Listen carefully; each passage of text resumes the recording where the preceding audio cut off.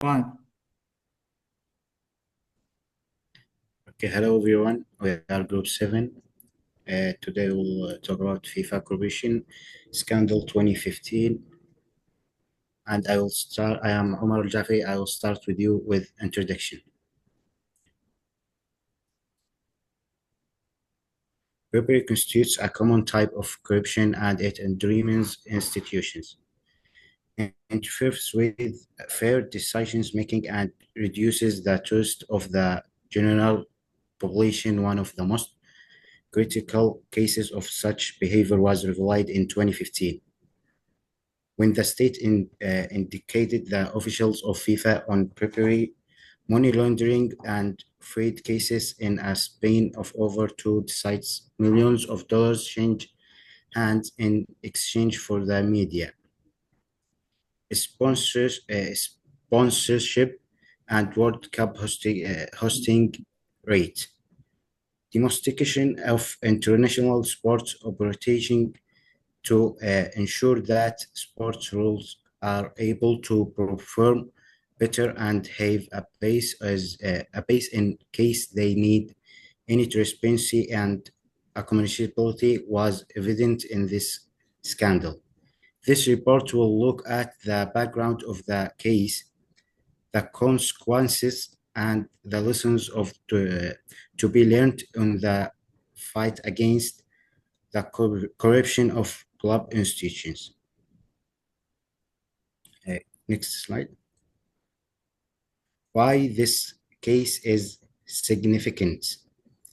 The case of perpetuity in an international organization as prestige as FIFA highlights how corruption and reach even the most respect institutions. It not only harms the organization itself, but also society as a whole by disgracing the sport, misusing governmental resources, and violating the ideals of justice and transparency. The FIFA scandal serves as the FIFA scandal serves as a prime example of institutionalized corruption operating at elite levels, hidden behind powerful influences and secret networks. And my friend CEO will complete with you. Hello everyone, my name is Sui Mu, and I'm here to talk about one of the most significant and shocking events in the history of global sport, the FIFA corruption scandal of 2015. It was a deep-rooted and systemic issue that unraveled more than 2 decades of bribery, kickbacks, and money laundering at the highest level of football governing body. As you can see in the slide, the scandal involved a number of top FIFA officials, including the Vice President, Jeffrey Watt, and Eugenio Figueiredo, and even President Stadtleiter and UEFA President Michel Platini. The corruption also extended to regional bodies like CONCACAF and Munibals, as well as sport marketing firms who were all involved in securing well-paid medias and sponsorship right through illicit income. The fallout was massive, and the scandal triggered a global criticism and determined trust in football governance and led to widespread call for major reforms. Because of football's immense global part, this case captured the attentions of global fans, generated huge media coverage, and leads to complex networks of international investigation. So, how did this happen? This slide will help us understand the environment that allowed the corruption to thrive. At its core, the scandal was enabled by the cultures of privacy and severe lack of oversight within FIFA. The organization's weak governance and its status as non-profit in Switzerland and created environment within the minimum financial transparency. This allowed officials to act with impunity and accepting millions in bribe to avoid contracts and hosting rights. Specifically, U.S. indictment over $150 million in bribe were paid over 2 decades, and key examples include bribe for media rights and 10 million payment for South Africa government to secure the hosting of 2010 World Cup. This massive global influence and centralized power structure create a fertilized ground for corruptions, and the lack of transparency was key factor in making this one of the most shocking sports scandal ever. For the third slide, now we will walk through the key events of scandal, starting from its origin and move into its explosive culmination in 2015. The roots of the scandals go back to early 1990, where the rise of bribery cultures began. As FIFA started selling commercial rights, officials began to request bribe for marketing companies in exchange for exclusive tournament rights. A major point of suspicion was the controversial decision in December 2010 to award 2018 World Cup to Russia and 2022 World Cup to Qatar. This triggered widespread allegations of vote buying, and by June 2011, an Ali left emerged where former FIFA executive Mohammed bin Hamdan was banned from bribery. However, the scandal didn't fully erupt until May 24, 2015. On this day, 7 FIFA officials were arrested in Zurich, and U.S. Department of Justice sealed a 74 court indictment. After a few days later, on June 2nd, 2015, FIFA President Sepp Blatter announced his resignation despite having just been re-elected under immense global pressure. The scandal then widened through the rest of 2015 with more arrests and indictments, totaling over 40 official charges, and the year ended with Blatter and Michel Platini being banned for 8 years from all football-related activities and effectively marking the end of their career in the sport. Thank you. Okay, hello everyone. My name is Abu Bakr, and I'm gonna speak about offense committed. By looking closely in 2015 FIFA corruption, a world of bribery, money laundering, and voting purchase was revealed very quickly, and some of the largest names in the FIFA were involved in the hub. Investigation by FBI and Swiss Attorney General showed that most of the top officials were no longer focusing on securing of sport, but instead filling their pockets. They were sealing decisions on who will host World Cup, which Premier League games get broadcasted, and which broadcasters obtain high rights badge.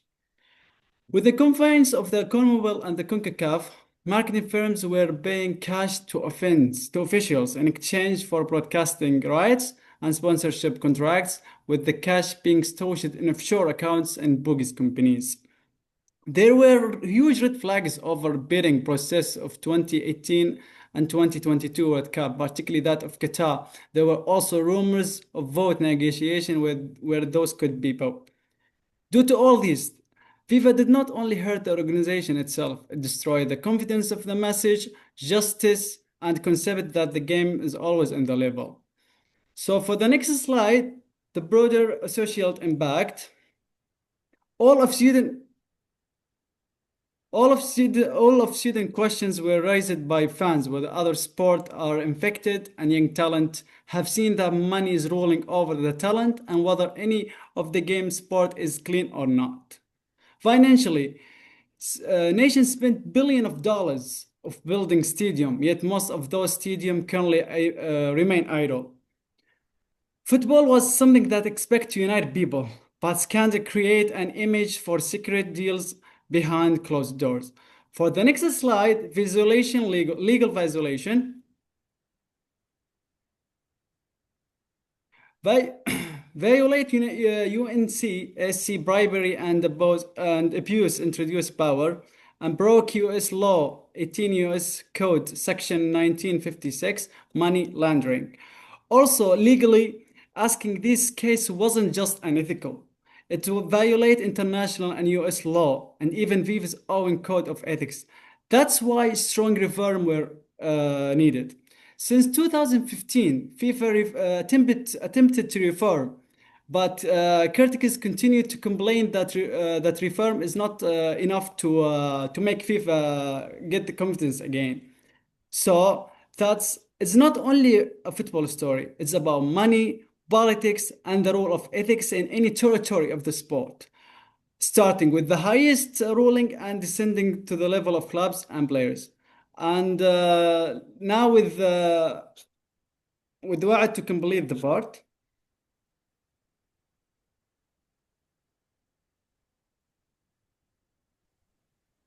Hi guys, I am Wyatt, and today I'll be talking about the impact of FIFA scandal on the individuals and the organizations. Many FIFA leaders were arrested and faced serious problems. Some of them even went to jail. For example, Juan Angel Nabout was sentenced to 9 years in jail. The scandal also cost them a lot of money. They had to pay big fines and lost a lot of millions of dollars. Famous figures like Sepp Blatter were forced to leave the positions in their FIFA. Most importantly, their reputation were damaged all around the world. People lost trust in them and in the organization itself. In summary, the scandal brought legal trouble, financial loss, career damage, and huge blowout to their public image. And now I'll give the other part for my friend Tasneem.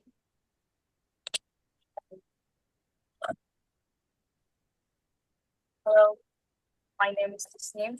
I will talk about public trust and society.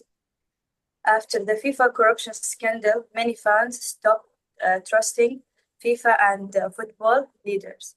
They felt sad and angry because the people who should protect the sport were not honest. Also, big companies and sponsors started to question FIFA was telling the truth because of the other sports organizations begin checking their own rules to avoid similar problems. The scandal made people more aware of bribery and corruption in sport. Now more people are asking for fairness and honest in how sport we are managed.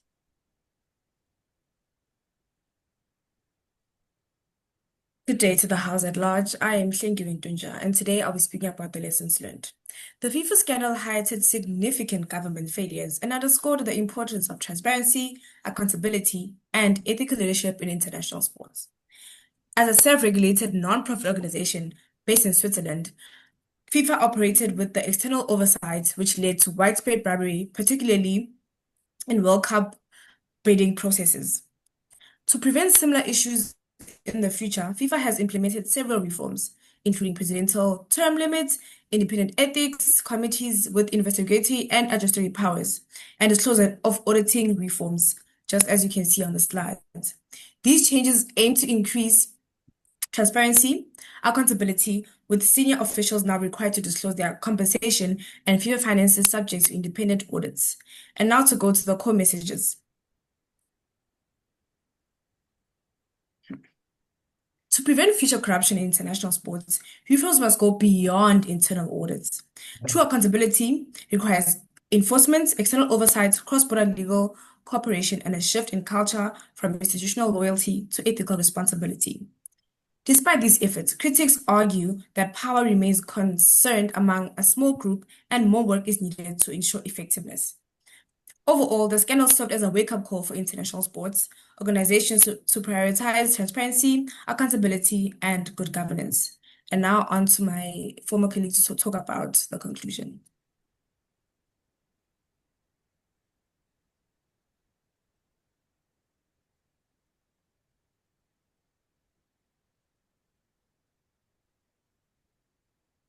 Hi, my name is Ipi, and for this part of the presentation, I'd like to wrap up things by looking at what the FIFA scandal actually taught us.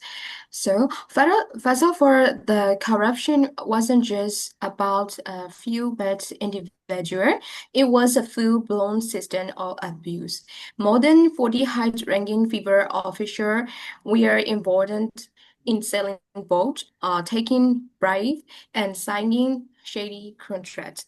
Because of all that, FIFA reputation was seriously damaged, and fans and even whole country start to lose trust, not just in FIFA, but in football itself. The scandal affected people emotionally and finance.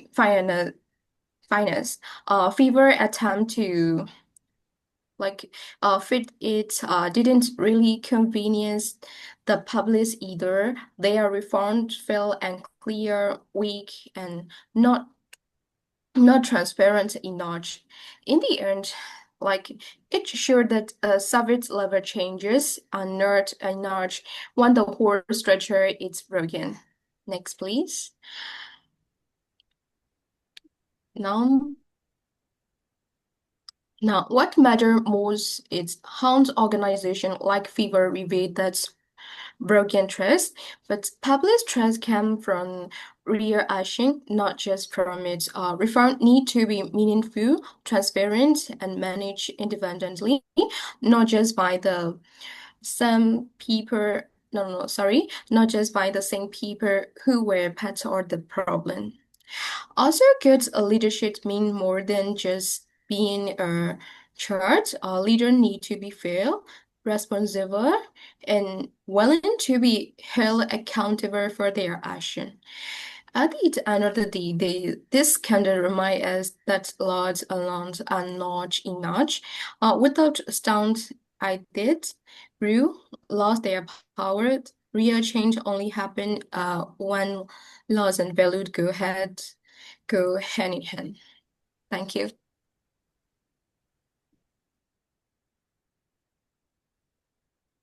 Okay, guys, so thank you for that, and hopefully you like it, miss.